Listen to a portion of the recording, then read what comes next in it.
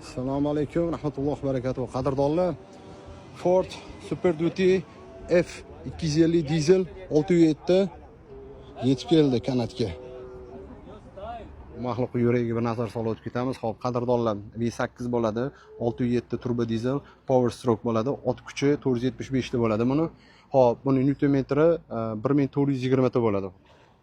Haqiqatda jibba haybatdan oldi ko'rinishli ledlarni qaranglar. Oldida radar. 8 ta bo'lib turibdi, bitta balonni ushlab. Hadovoy ustunlikli ramli bo'ladi. Uzunligi 6 metrga yaqin. Nijnoy paroklarni, bismillah. Ichki qismlarni, mashalloh. Platin komplektatsiya. Hali mashina mastda turibdi. Bu kanatga spesifikatsiya bo'ladi. Orqa o'rindiqlar ham juda ham keng.